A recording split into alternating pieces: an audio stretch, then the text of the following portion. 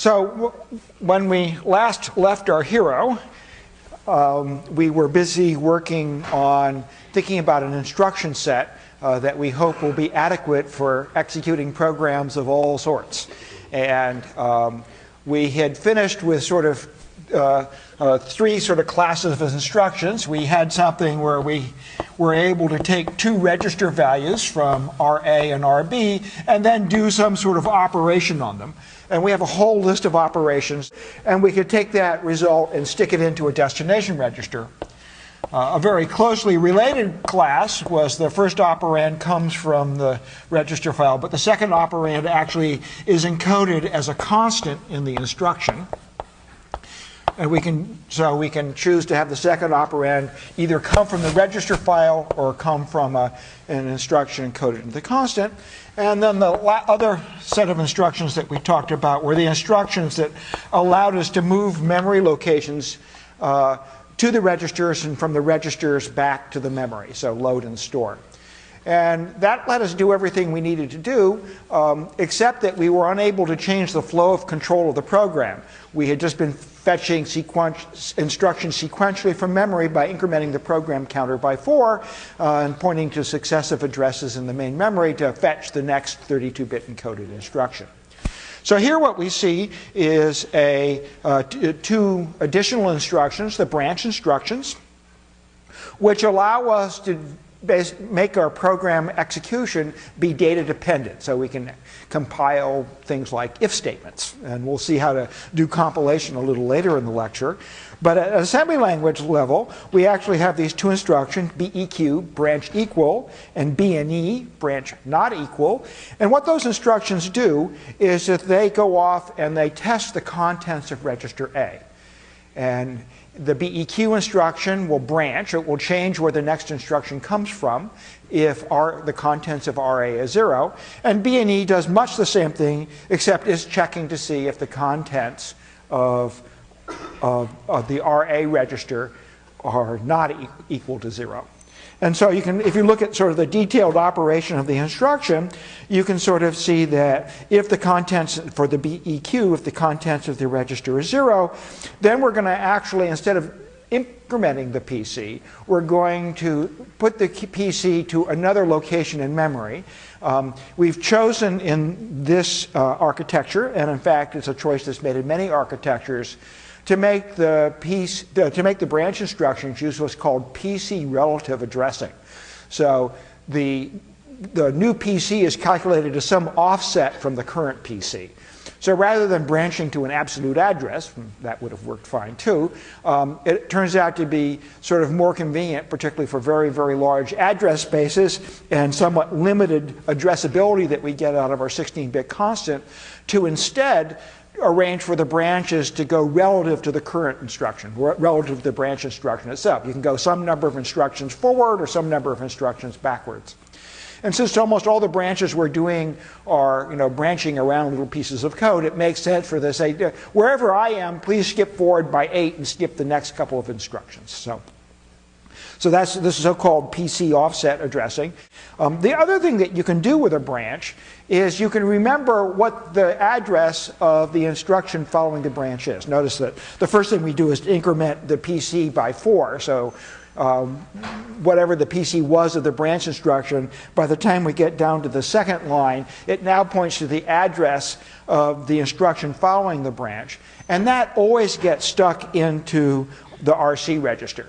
So not only are we testing the RA register and conditionally changing the program counter, we're also remembering the address of the instruction following the branch in RC. And as we'll see next time, that'll be a very convenient way for us to execute procedure call and return. But we'll save further discussion until Thursday. But meanwhile, so we have these two branch instructions that enable us to branch conditionally to some other location nearby in memory. So you can say, well, how do I do unconditional branches? Suppose I always want a branch. Isn't it a pain to have to test RC? Well, we do have a particular register which has a constant value. That's R31. It always reads as 0. So in fact, BEQ of R31, where you specify R31 as the RA value, would always be testing to see if the contents of R31 is 0, which it always is, so this branch always happens. That sort of makes sense? So a BEQ, when you specify R31 as the RA operand, will always cause the branch to happen. So that would be an unconditional branch. Okay, so now what we can do is to look at our, so we have sort of a little fragment of a C-like code here that sort of represents what we want to accomplish in sort of a high-level notation. And what we can do is actually write out the various assembly language statements. And this sort of shows the operation of the branch instruction here.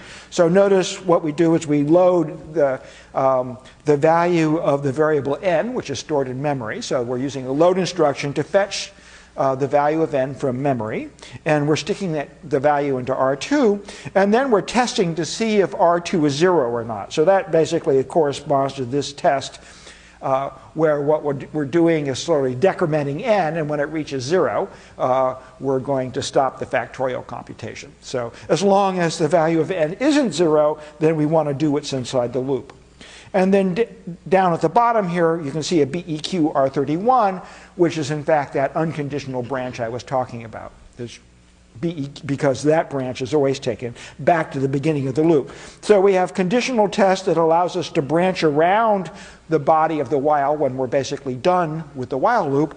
And then at the end of the body of the while loop, we have a branch back to the beginning. So there's an example of two uses of branches, the second one of which is unconditional and always does branches.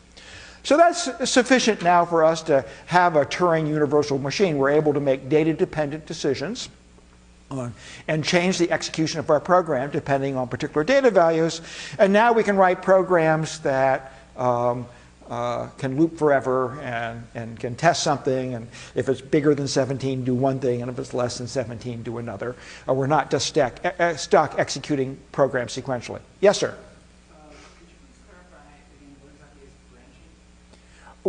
I'm sorry, why it's called branching? Or?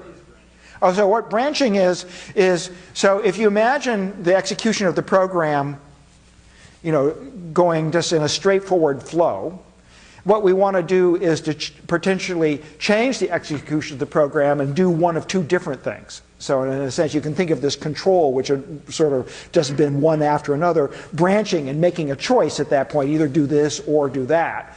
So the branch instructions are what we're doing. What we're doing is using them to set the PC to one of two different values, depending on the value of a piece of data. So in a sense, we're making a branch in the flow of control and conditionally, perhaps, executing a different set of instructions. So I see the if. What's the else? Okay, so I'm sorry. So the else is to continue on.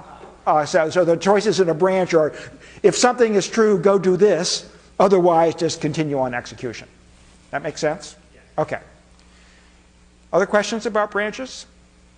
Okay, so that'll be the last of the instructions we'll talk about now. There's one more instruction that we'll introduce next time, which we're going to use to help us do our procedure return. But other than that, you've now seen the whole instruction set. And as you can see, so I'm going to add one more thing here, BEQ,